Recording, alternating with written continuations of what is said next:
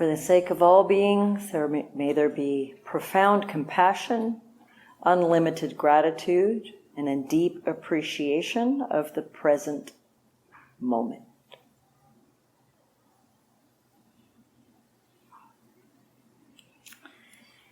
Earlier today, I was thinking about what to share this evening, and I was drawn to teach a bit about gratitude and generosity. And it wasn't until halfway here on the drive up that I realized, oh, it's Thanksgiving next week. So what a perfect time for the theme of gratitude and generosity. I think the subconscious mind was a little wiser than the conscious mind was today. So I pulled that file and it felt like the right one. So we'll begin tonight. I'll do a little bit of guiding on breath meditation, but I'll move it into a guided meditation on the themes of gratitude. And so you can follow along in your own mind's eye with the guiding this evening. At the end of the meditation, I'll ring the bell 3 times, and then we'll move into a bit of a talk for tonight. If you're new, welcome, and that's generally the format. Sometimes I shake it up to keep people on their toes, but generally we do a meditation for 20 or 30 minutes and then about a 45-minute or so talk. So I invite you to bring your attention, closing your eyes for a few moments. You may meditate eyes open if you prefer to do so, but I'd suggest for this grounding into the moment that you close your eyes. And you bring your attention to the grounding earth element of the body. And what I mean by that at the moment is bring your attention to your feet or ankles where they're making contact with the floor or your mat. Literally bringing the attention from wherever it is wanting to be caught in thinking or planning, or maybe it's caught by an unpleasant or a pleasant physical sensation, by sounds, by smells, by sights. Even with our eyes closed, there's, color and light and shadow variations. All of those can catch our attention. But let's invite our attention to pay attention to the physical sensations in our feet. And feel free to wiggle your toes a bit if that helps. Kind of make it more visceral, more apparent. And just for a few moments, a few breaths, keep your attention as best you're able focused on the sensations in your feet or ankles.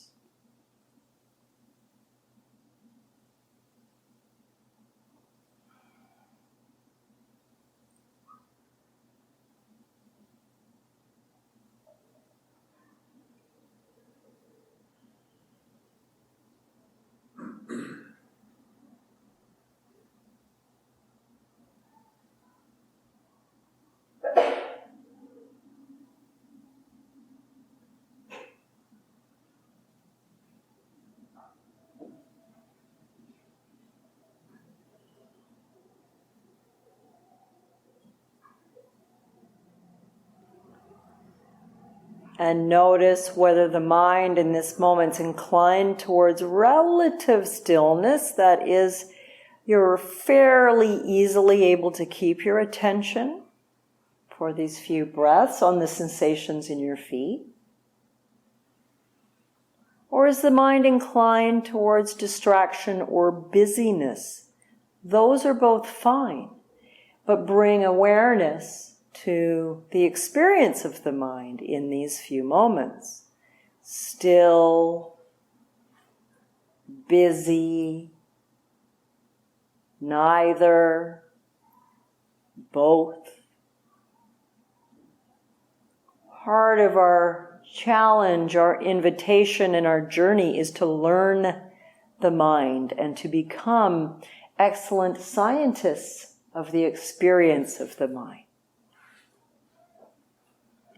So for 1 or 2 more moments in silence, just inviting the attention as best you can in this moment tonight to focus on the sensations of the feet or ankles, particularly where your feet are currently touching the floor or your mat.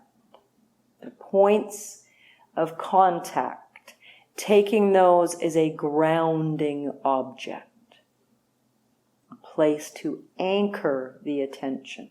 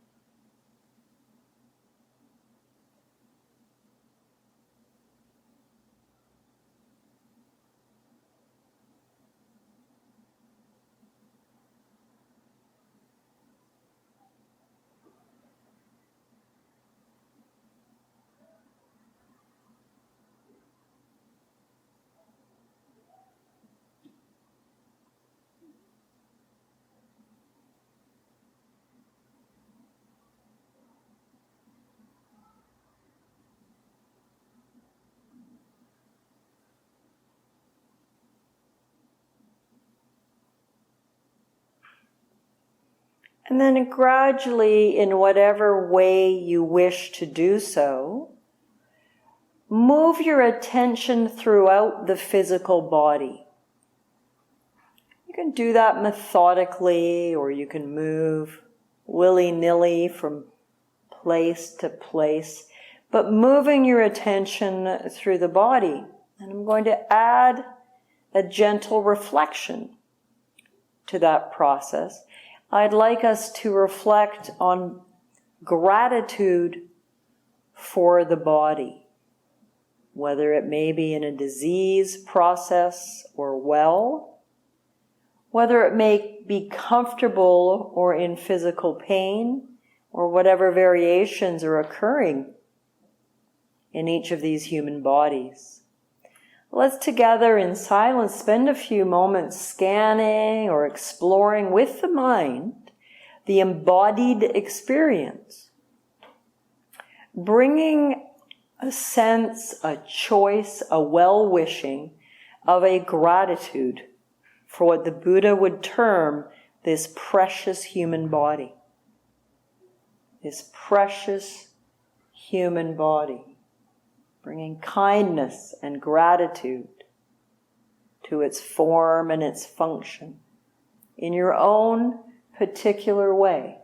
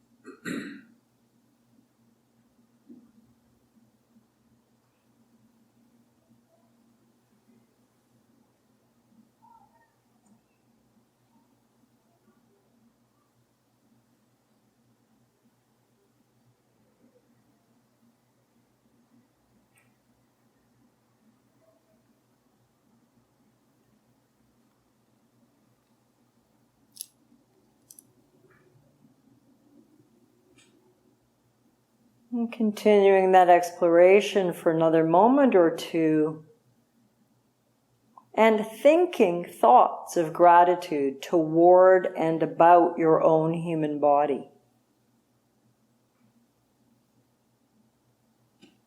You may even wish to use the term thank you if you wish. If other terms arise, that's just fine, but I'm thanking my body for carrying me through the world. I'm thanking my legs for being able to do a workout this morning. I'm thanking my neck for not troubling me too much these days, and so on, whatever arises.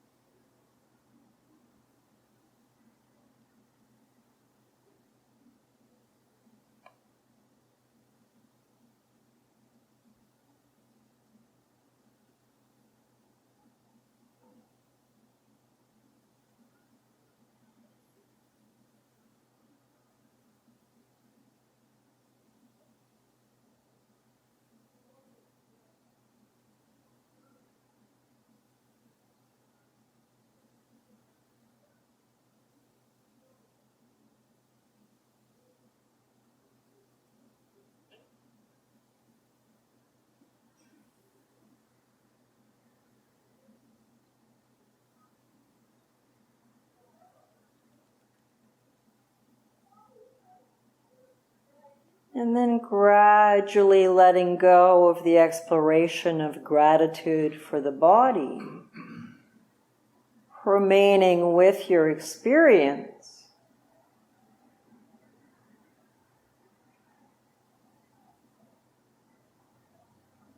I'll note the number of people who offer their kindness so that we can gather tonight.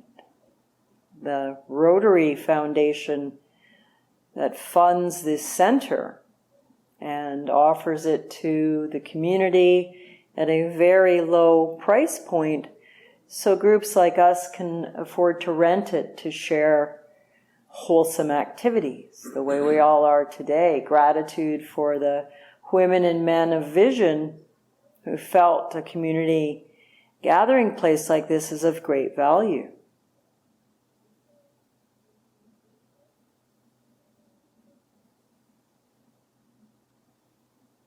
You can imagine or create a meeting at some point, I don't know how many years or decades ago, where this center was envisioned and its purpose was decided. Not to be a high-cost rental for important high-level business meetings, but for yoga classes, for community events, for this Dharma class, for non-profit gatherings. Gratitude that people had enough vision and kindness to see the value.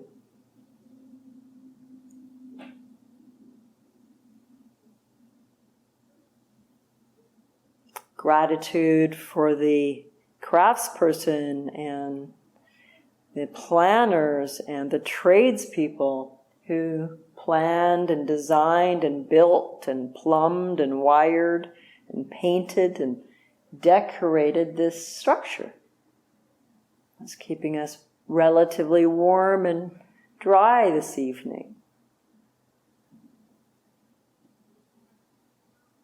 Think of the dozens, hundreds, or thousands of people involved, the people who designed the light fixtures above us, and the people who assembled the light fixtures in a factory, and the people who packed them into their boxes, and the people who loaded them onto the trucks, and the people who drove the trucks on the roads people designed and built, and the people at the stores that received and unloaded the boxes and unpacked them and put them on the shelves and created the cash register in which whomever purchased these fixtures paid their money went into, and so on and so on. Tens of thousands of beings in their own ways have touched this room.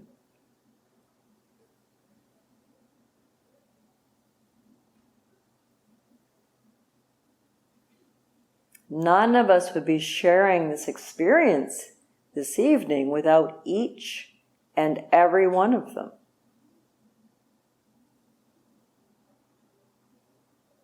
This is the teaching of the interdependent origination, the interconnectedness of all life that the Buddha emphasized.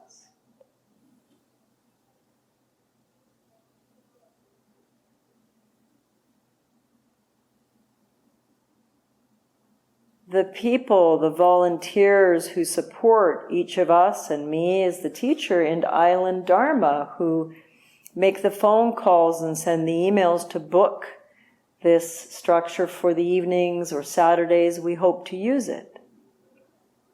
The people who arrange to open the doors early and set up the chairs and greet you at the door.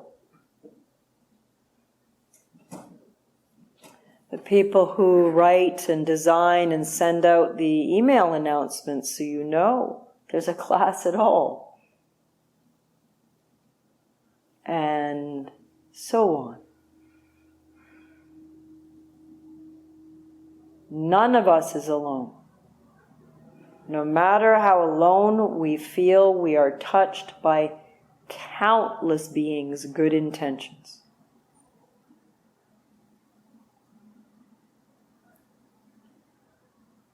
As much as you're able, expressing in your own silent way gratitude for one or many of the beings that made it possible for us to gather in this wholesome activity this evening.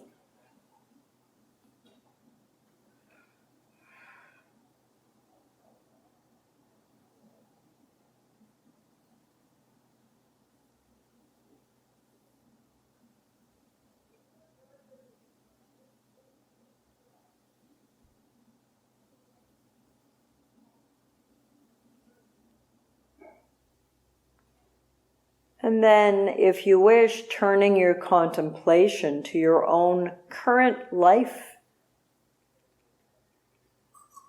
Whatever's happening in your life in terms of where you live, what you do with your days, how you might create your livelihood,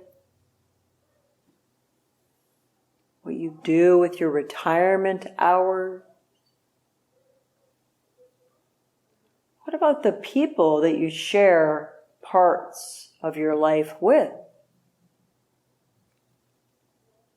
Friends and family, colleagues and co-workers, neighbors, other smiling people at the dog park. You don't know their names, but you know the names of their dogs. The people we share little or big pieces of our life with. Your home, your objects, your toothbrush.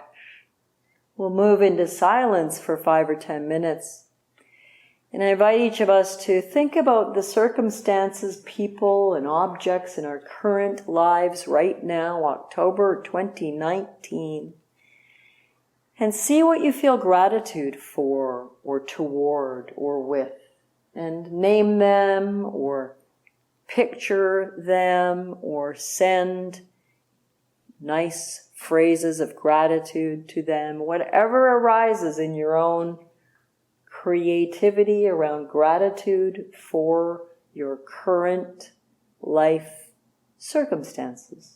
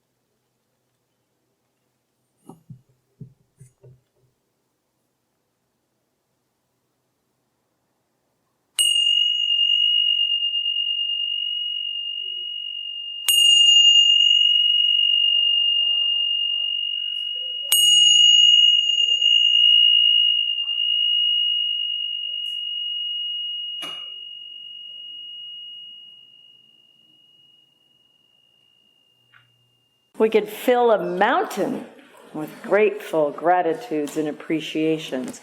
But do we on a regular basis? Quite likely for the majority of us, no. And it's not your fault, as I'm fond of reminding you. The human mind has a negativity bias. It tends to look for what's not working, what's faulty, what needs fixing, what's not all that. That's very helpful in a heart surgeon or a plumber, or when you're making a meal and you taste for what's missing and that little bit of extra cumin and mwah. So it's okay that the mind's tendency is toward what isn't working. But if we allow the mind's tendency to run the show, you know the outcome.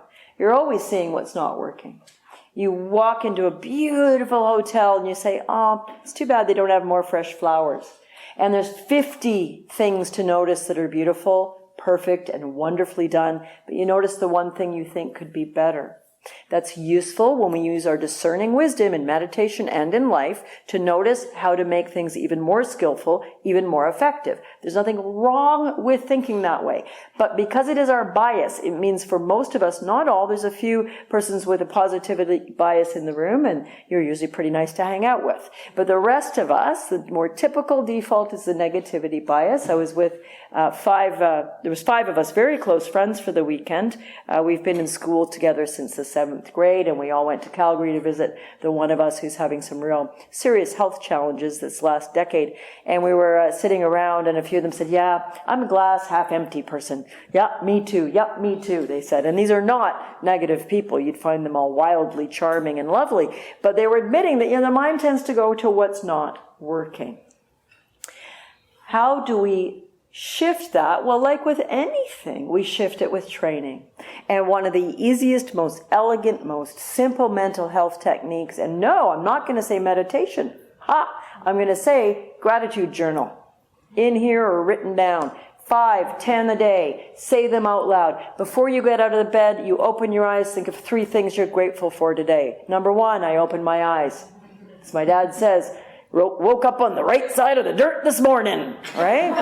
A lot of your dads and granddads and say that too. Grandmas are usually more elegant, but that's the first thing to be grateful for. Check, right? And it's not just dads and granddads. It's profound Buddhist monks like Bhikkhu Bodhi and Ananda Bodhi, 2 profoundly deep thinkers and theoreticians and writers in Buddha Dharma, Westerners who became fully enrobed monks. Ananda Bodhi was teaching at a retreat I was at, and he said the very first thing he does in the morning is death meditation and gratitude for being alive for hopefully another full day of practicing Dharma. That's how he starts his morning, his very first thoughts upon coming out of sleep into wakefulness is to meditate on precious human rebirth and gratitude for being alive in the body for what may end up being another whole day. So, we can retrain the mind, or at least invite the mind with gratitude, saying them out loud. Brilliant. You don't even need to have them witnessed, although your cat or dog will happily look at you while you say them, I'm sure. Say them out loud to yourself. I, Cheryl Fraser, am grateful this day that I get to share Dharma with beautiful beings this evening. I am grateful for this. I am grateful for that. I'm grateful that Richard bought cacao nibs for my yummy breakfast. Whatever. Doesn't have to be lofty, doesn't have to be profound. It's cultivating that gratitude muscle. Many of you have done this off and on or in fits and starts in your life, right? Either sort of organically or deliberately through a practice, through a program, through watching Oprah, and I'm not being facetious there. And hearing gratitude actually makes a difference to mental health and well-being. I can quote a bunch of studies. I'm going to choose not to right now, but I'm going to summarize and say there's been some terrific research where they take volunteers and they split you into 2 groups, and this half gets 5 minutes thinking about what you're grateful for, and this half gets 5 minutes thinking about what you'd like to do this summer. Something quite pleasant. And then they do measures of various things, and they find that the persons who thought of what they're grateful for have higher self-esteem in that moment on measures. They feel more positive. They feel a little more relaxed. It actually is verifiable that turning the mind towards noticing what's right instead of all the things that are not is an incredibly valuable practice. Beautifully, given that this is a Buddha Dharma class, meaning the teachings of Buddhist philosophy, training, and the word Buddha means to awaken, awake. So these are the teachings of awakening from our negativity biases, for example, awakening from our poisons of greed, hatred, and delusion. If those are new terms to you, you'll hear plenty about them another time. Awakening from our self-centered, self-referencing self-pity, because we've all got it so bad. If I'd asked you to split into pairs and talk about the 4 crappiest things in your life right now, you would have done an excellent job of that as well. Perhaps even a better job. Oh, you wouldn't believe what happened to me. Oy vey, it's really tiresome. And it hurts, doesn't it? We might feel a tad pseudo better when we share our oh woe is me stories, and some of them, by the way, are deeply, deeply sad and traumatic and tragic. Maybe you've had a beloved die. A person in my community, a brother of a girl I grew up with, died a week ago, 47 years old, 2 children under 5, a very rich, happy marriage to someone he'd met at 40. And he went to the doctor about 4 weeks ago, didn't feel well. They said he had an aggressive cancer. He died within 14 days. So sometimes what's happening in our life, I know many of you are sitting with many things, or I can assume right now, that are very difficult. I'm not making light of the truth of suffering. Goodness sakes, I'm a Dharma teacher. Our number one goal is to teach suffering and the cessation of suffering, to teach the reality of the truth of suffering. But on a more simple level, if for the moment we with a deep bow move aside these deep losses, pains, traumas, and even tragedies, what about our regular oh poor me BS? Yes, I'm allowed to say that. I don't care. If it helps you wake up, I'll say it. Our regular BS. Oh, someone scratched my car. The paint's not perfect anymore. Oh, I'm out of milk. Oh, my neighbor's using their leaf blower on Sunday when I wanted to read my new novel by Agatha Christie. I'm sure there's no such thing as a new novel by Agatha Christie because I think she's dead, but work with me here. New to me novel by Agatha Christie. One I haven't read. And the leaf blower. And then, oh, for goodness sakes, listen to yourself. Listen to myself. Listen to this mind when it forgets to be grateful. I forget. Anybody else here forget? Am I in this alone? Thank you. We forget. So training is helpful. I challenge you tonight when you get home, put a post-it note on your toothbrush or something, or your alarm clock, or your steering wheel in your car that says gratitude, ? Or something, or G, or whatever, smiley face, or Bart Simpson, whatever works for you. Whatever will remind you, yeah, okay, what am I grateful for? Nothing! Fair enough, I'm having a rotten morning. Could I find, I'm grateful I'm alive enough to have a rotten morning? That'll do, it's a start. It's a start. It's a start. I'm grateful it can't be any worse. Be careful. You know. I very seriously suggest you strike that one from the record.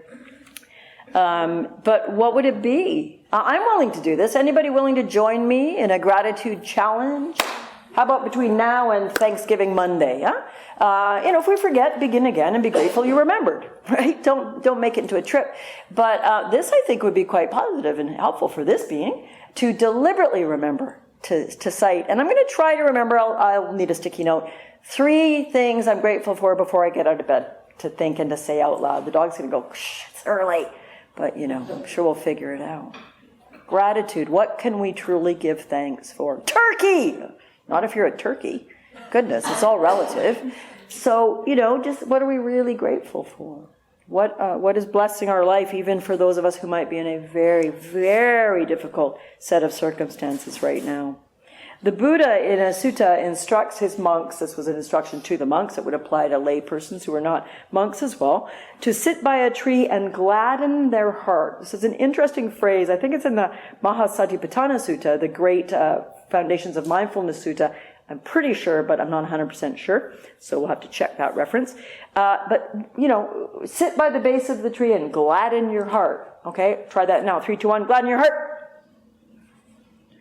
Well, one of the teaching that's given around that instruction is, to recall gratitudes, to bring into the heart, into the mind, invite in peacefulness. invite in a sense of what tonight we're calling gratitude, bringing in a sense of brightening the pleasure of the heart. There's a quality of mind in meditation. There's a quality of life, according to classical meditation, depth meditation, and the quality in the Pali language is called sukha. S-U-K-H-A, sukha. Happens, as some of you know, to be the name of one of my dogs, and that translates to happy joy mind. This is this quality of gladdening the heart. So in my own imperfect way, I figured every time I hollered for my dog, maybe I was reminding myself to be grateful for and seek this quality of sukha, sukha, sukha, leave that alone. Oh, whatever it is. But it's this quality of gladdening the mind and gladdening the heart. Reminders. She's my moving, wagging post-it note to remind me of sukha, looking for the quality of happy heart and mind, even in the midst of a very dark, difficult moment. We can find the light within. And another way this sutta, monks sit at the base of the tree and gladden the heart, is interpreted is as a teaching of gratitude, of seeking that which for gladdening the heart makes sense. And one of the instructions, I've referred to it obliquely and directly a bit tonight, is to be grateful for the precious human rebirth. What does that mean? Well, in classical Buddhist teachings, it would mean if we are reincarnated over and over, if we're born in a human body instead of the body of a pig or a snake or an ant or a virus or something, we have the chance to study the Dharma and learn our minds and to free ourselves from suffering. If we're born in a non-human body, it's harder. We have to come back a few more times to be in a human body. You can take that literally or you can take it figuratively. Figuratively, in this precious human life, even if it's the only one we have, what are you going to do with this? Are you going to let yourself be in negativity and despair, even when we're all relatively extremely lucky and relatively incredibly blessed? None of us are in a war zone right now. None of us are dying from Ebola right now. None of us are watching our children starve to death because the resources are on other parts of the planet, etc. So we're very, very blessed people. But often inside, there's a tremendous amount of suffering. That's partly why most of us are here tonight, is to say, why am I not happier? I'm a very blessed being in objective ways. Why am I not happier? Gratitude helps us cultivate gladdening the mind, the quality of sukha. I've shared this before. It really struck me, and it came from an unlikely source, a source I don't spend much time on. I don't personally care for very much, which is Facebook. But I saw something on Facebook last year, and it was something somebody had shared, and it suggested changing your thinking and your phraseology around I have to do something. So I have to get groceries today. I have to pick up my kids at school. I have to get the car brakes fixed today. And it was a very simple trick, great mind trick. And it was change the words I have to I get to. So think about the difference. Feel the difference between I have to pick up the kids at school to I get to pick up the kids at school. I have to get groceries today. I get to get groceries today. I have to take my car in to get the brakes fixed. I get to take the car in to get the brakes fixed. What a shift. One word. From have to get. It changes it. And to my reading of that, to my sort of physical, emotional reaction to I have to pick up the kids to school, it feels a bit burdensome and like, oh, poor me. Even if you don't mean it that way and it's just a speech habit, that's fine. But it can feel like I have to. I get to means I have kids, they're alive, they get an education, and I'm able to pick them up. Those are all really good things. Really good things.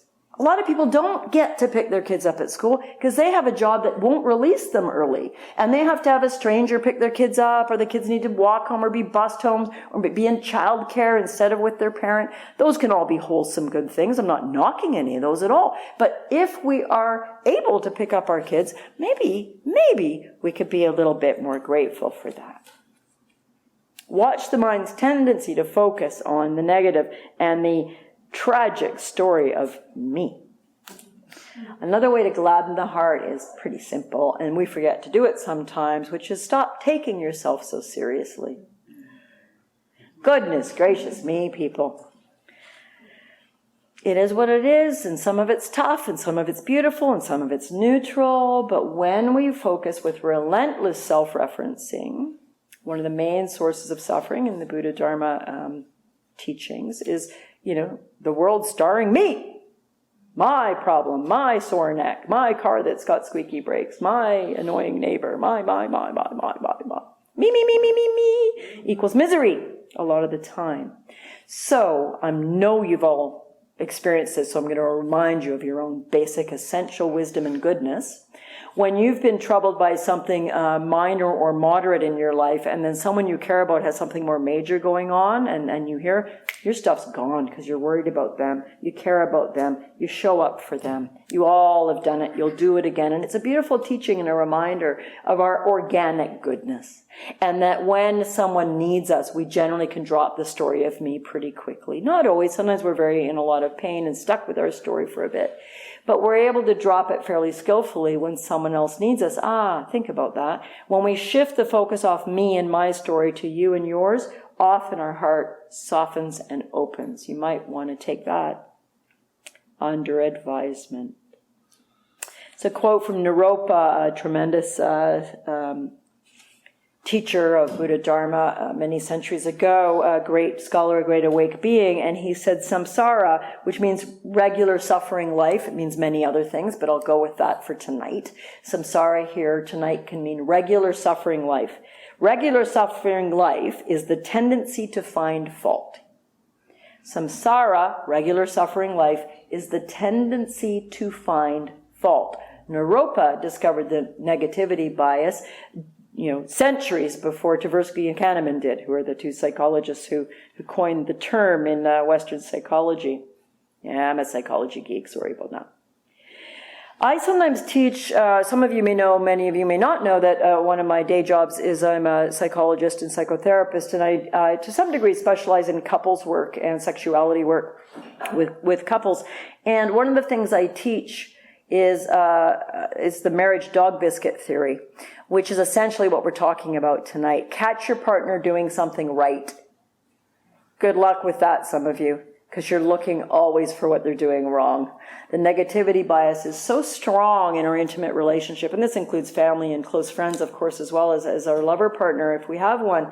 But, they do this, and they don't do that, and they're so annoying. I left their socks on the floor. Rah, rah, rah.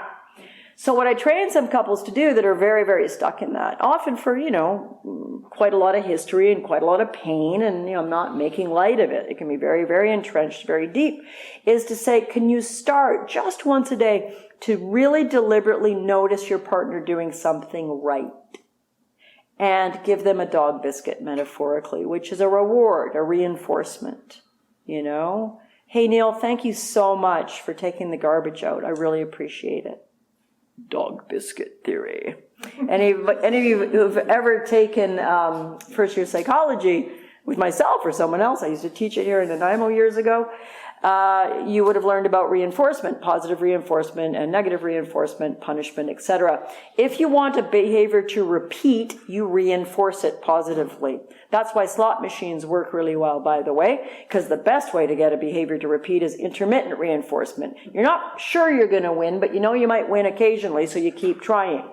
But that doesn't work so well for the dog biscuit theory of marriage. With that one, it's better to reward the things you want more of. So if someone takes out the garbage without being asked, I'm going to dog biscuit him or her. Thank you so much, babe. That was awesome. You're the best. And based on fundamental science, it is more likely he/she will repeat the behavior. I just gave you a powerful tool. You might want to use it. Better if you don't tell your spouse. Just shape their behavior. Some of you may have seen the television show Big Bang Theory. There's a episode, I don't know from when, I'm sure you can find it all over the internet now, where Sheldon decides to dog biscuit Penny. So Sheldon's the sort of Asperger's autistic spectrum genius, and Penny's the ditzy, good-natured neighbor, love object, right? There's a really, really novel plot. But anyway, funny show. I like it. So he cottons on to certain annoying things that annoy his mind, that Penny does, and he decides to dog biscuit her using chocolate. So whenever she does something he likes, he gives her a chocolate. So when she sits quietly for a few minutes, he gives her a chocolate. When she chatters, when he's watching Star Trek, he doesn't give her anything. When she gets quiet, he gives her a chocolate. So that's the dog biscuit theory. Because most of us don't like dog biscuits, so chocolate's going to work better, or scotch, or whatever, I suppose. You might want to avoid the scotch one. You'll end up with a happy but drunk spouse, and then that all goes bad. So, it's a very serious subject, the Dharma, you know. So samsara is the tendency to find fault, so is divorce. So you might want to practice the marriage dog biscuit theory here and there. The Tao Te Ching has a beautiful quote that applies beautifully, I think, to this topic tonight of gratitude and noticing, and it is that there will be 10,000 joys and 10,000 sorrows in this human life. There'll be 10,000 joys and 10,000 sorrows in this human life. There'll always be sorrows, difficulties, deaths, loss, broken things, but there'll be 10,000 joys as well. And of course, they don't necessarily equate. Take this metaphorically, please. The numbers may not always add up, but I believe that what is being offered here is, which ones do you want to focus on? Which ones do you want to create space for in your mind and in your heart? Do you have to pick up your kids today, or do you get to pick up your kids today? Right now, I'd like each of us to recall a difficult time or event in our life, a quite difficult one. You're not going to need to share this. This is a private contemplation. So think of a difficult event in your relationships, your health, your family, perhaps a death or a loss of a loved one, 4-footed, 2-footed, whomever, getting fired, being abused. A difficult time in your life, difficult event.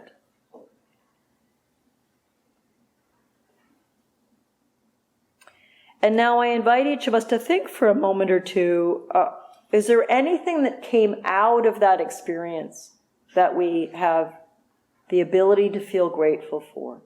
It's okay if you can't find anything. It's okay if you can. But as an exploration, a difficult event or happening, as we sit here for a moment or two, can we find anything that came out of that event, and who we became, or what we learned, or whatever, that we could have some gratitude for? Take that on for a moment or two.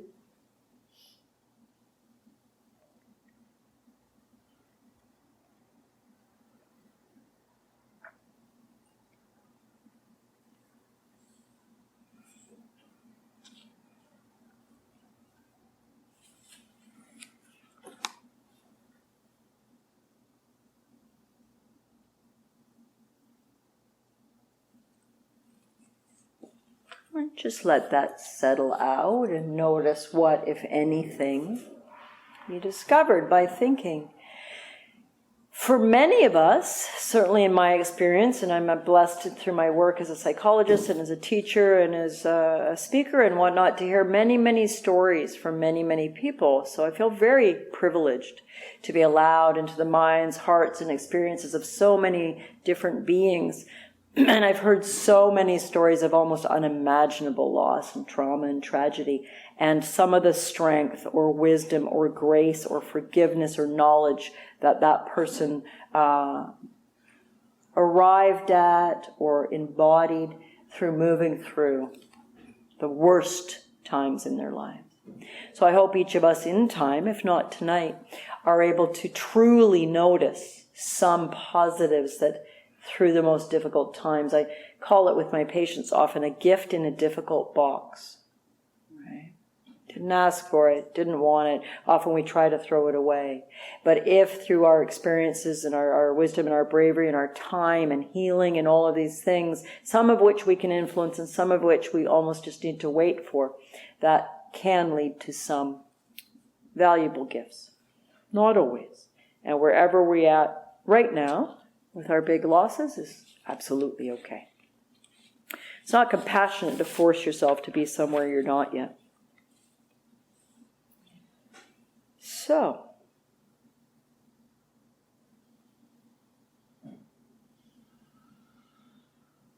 Thanksgiving.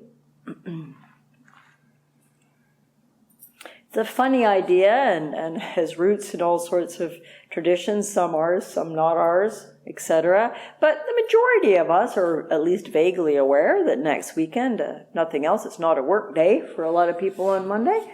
And many will gather and share food or times, and some of us around that table might actually stop and go around and say what we're grateful for. Some don't. Might be a nice year to start that tradition if you can get your clamoring crew to shut up for a few minutes and go around and say something they're grateful for. And if not, you can do it yourself. You can just do it yourself internally as a lovely benchmark to say, no matter how tough things might be. I'm sure, given the numbers of people here tonight, there's got to be a good handful of us that are having a really, really, really difficult life circumstance right now in our life or our family, or like maybe some of the worst that you've ever had. I'm not naive. I know how much suffering's in any room at any time human beings gather. So I'm not meaning to sound like a Pollyanna and sprinkle fairy dust on your problems. That's BS as well. The truth of suffering is the truth of suffering, but in Buddha Dharma, the truth of release from suffering through training our mind to be with whatever's happening when it's glorious, when it's tragic, or anything in between. That's where freedom lies. Freedom lies in the ability to be with the most difficult gift and hope that out of it will come something that will feel valuable. Integrity. Peacefulness, non-retaliation, forgiveness, many, many things can come out of the worst difficulties in our lives.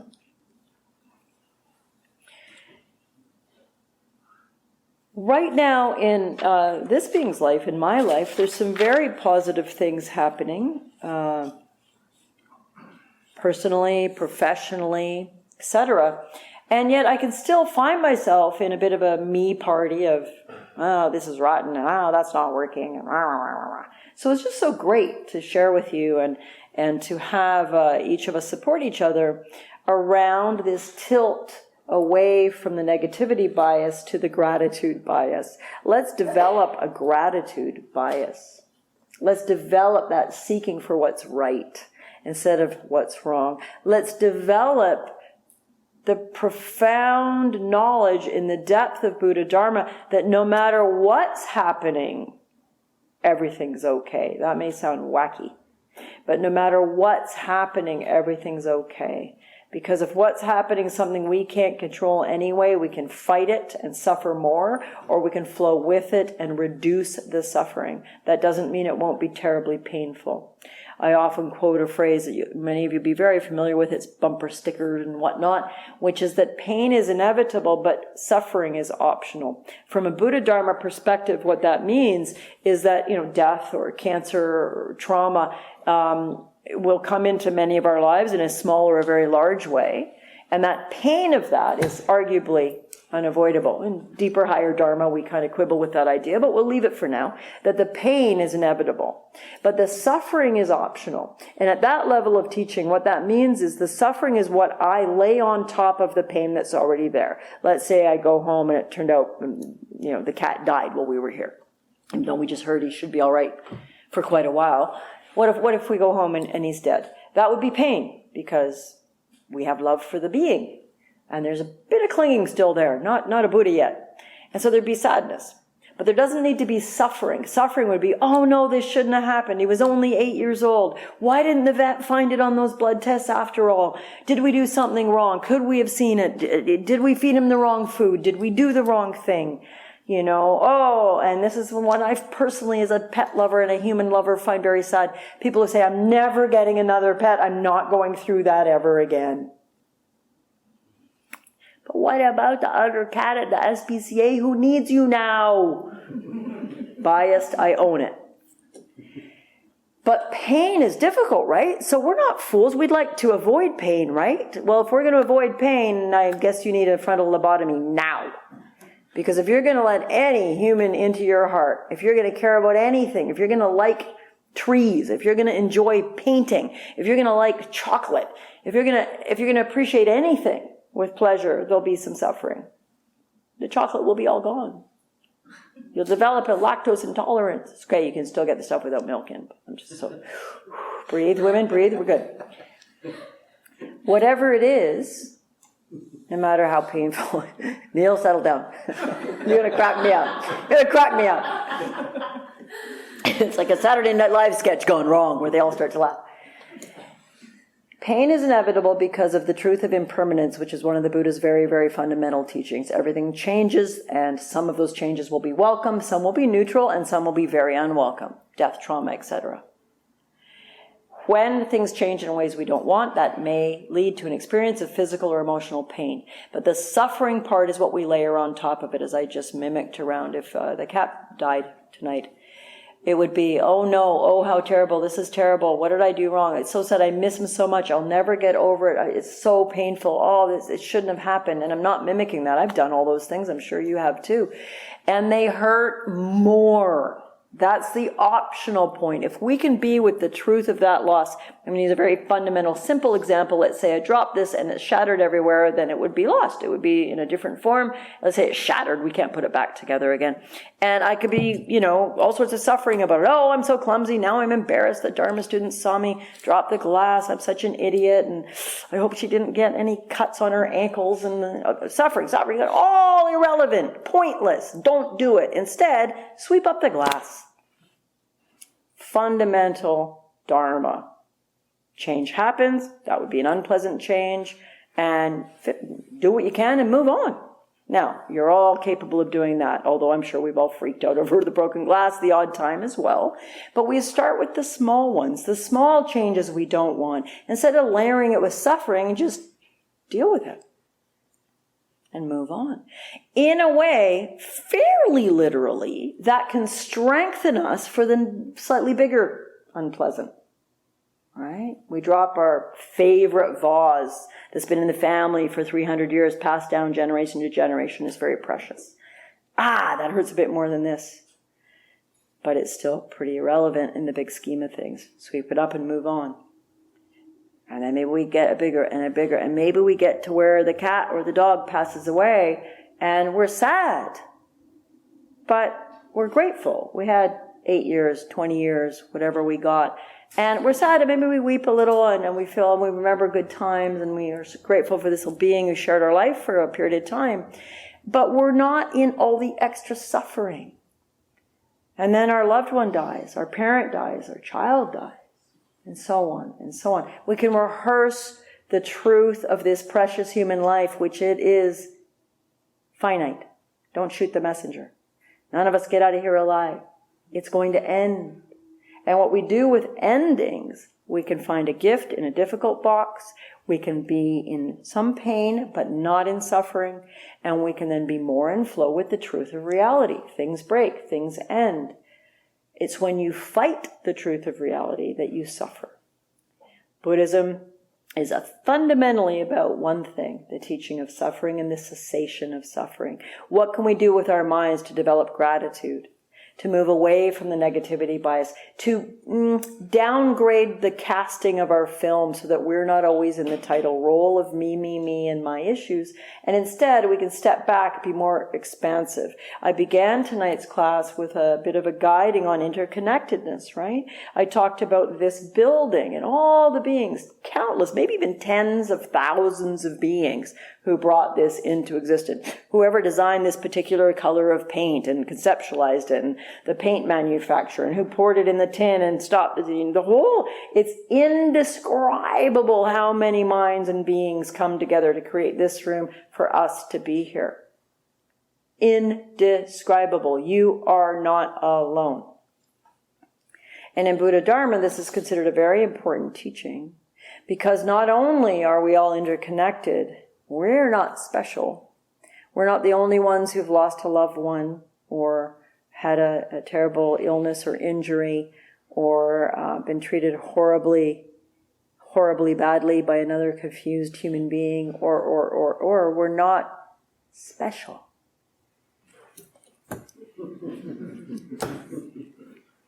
We're not special. None of you are special.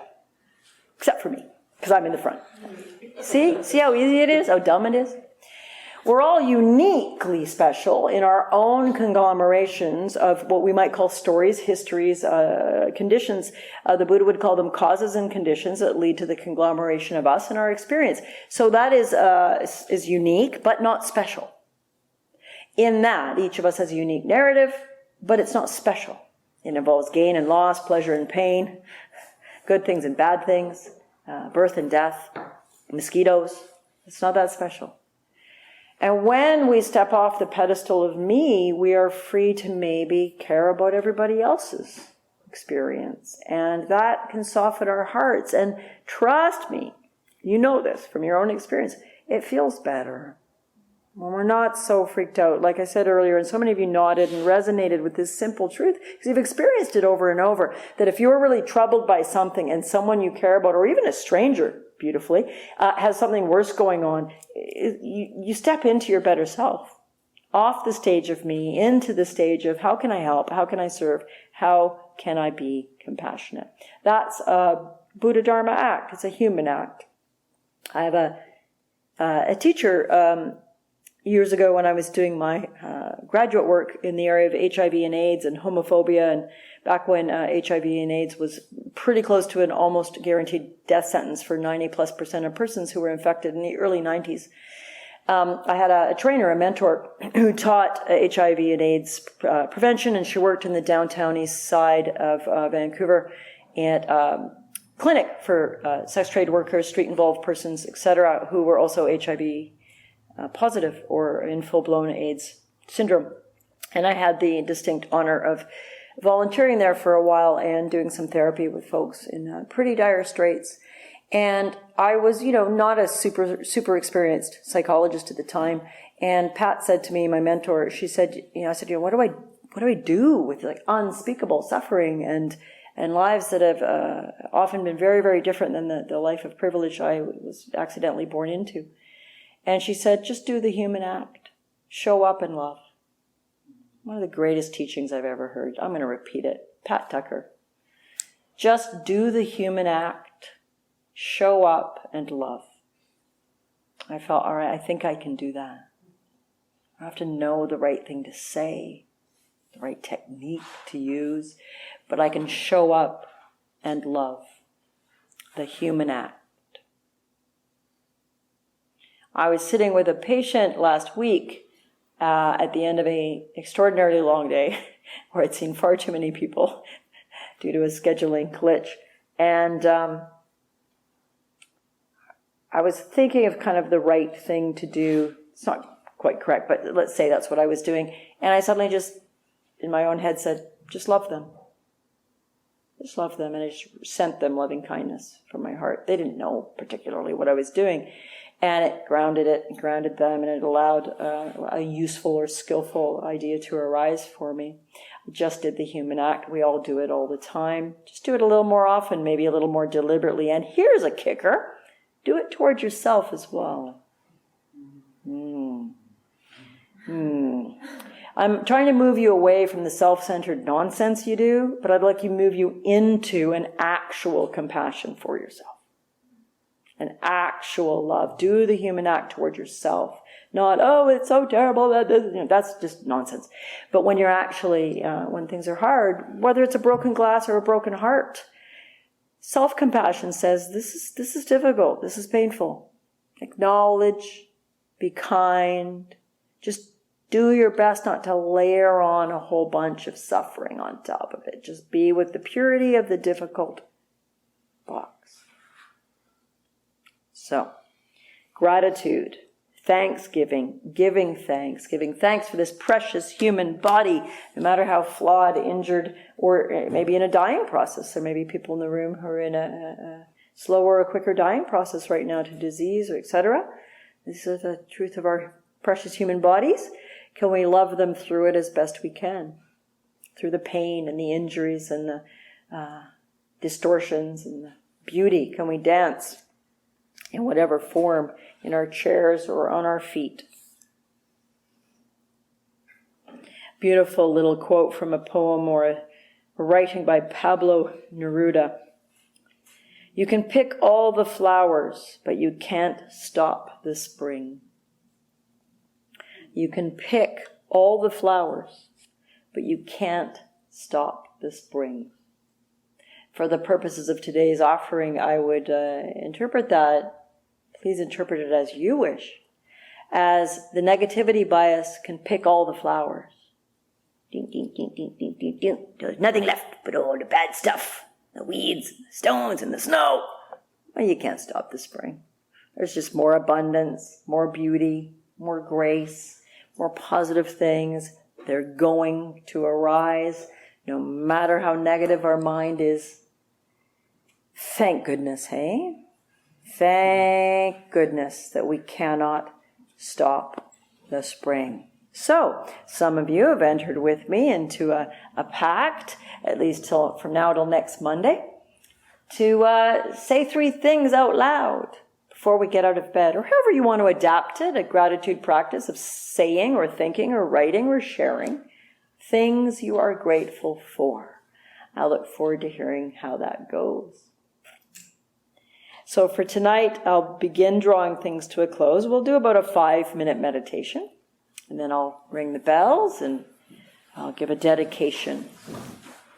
We'll have a couple little announcements. But for now, letting all that fade away, placing ourselves metaphorically at the base of a tree and gladdening our hearts the way Shakyamuni Buddha instructed, just resting in the wisdom of your own good heart with thanksgiving.